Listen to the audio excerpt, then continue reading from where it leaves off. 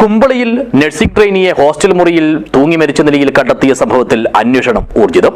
Case അന്വേഷിക്കുന്ന crime branch സംഘം ഉടൻ യുവതിയുടെ നാടായ കൊല്ലത്തേക്ക് പോകും. This news sponsored by ഗുണമേന്മയോട് കൂടിയ ഉൽപ്പന്നങ്ങൾ മിതമായ നിരക്കിൽ Sreekrishna hardwares MG road Kasaragod. DYSP P Madhusoodanan നായരുടെ നേതൃത്വത്തിലാണ് കേസ് അന്വേഷണം.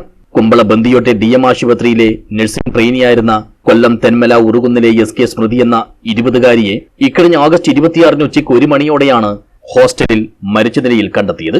മുറിക്കകത്തെ കട്ടിലിന്റെ കമ്പിയിൽ ചുരിദാർ ഷാളിൽ തൂങ്ങിയ നിലയിലായിരുന്നു മൃതദേഹം. തുടർച്ചയായി ഫോൺ ചെയ്തിട്ടും എടുക്കാത്തതിനെ തുടർന്ന് സഹപ്രവർത്തകർ ഹോസ്റ്റലിൽ എത്തിയപ്പോഴാണ് സ്മൃതിയെ മരിച്ച നിലയിൽ കാണപ്പെട്ടത്.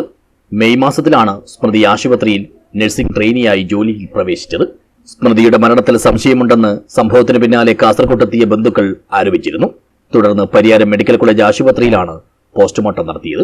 കഴുത്തുമുറുകിയാണ് മരണം സംഭവിച്ചതെന്നാണ് പോസ്റ്റ്മോർട്ടം റിപ്പോർട്ട്. തുടക്കത്തിൽ കുമ്പള പോലീസ് നടത്തിയ അന്വേഷണത്തിൽ ബന്ധുക്കൾ അതൃപ്തി പ്രകടിപ്പിച്ചു. തുടർന്ന് വിശദമായ അന്വേഷണം ആവശ്യപ്പെട്ട് സ്മൃതിയുടെ കുടുംബം മുഖ്യമന്ത്രിക്ക് പരാതി നൽകുകയായിരുന്നു.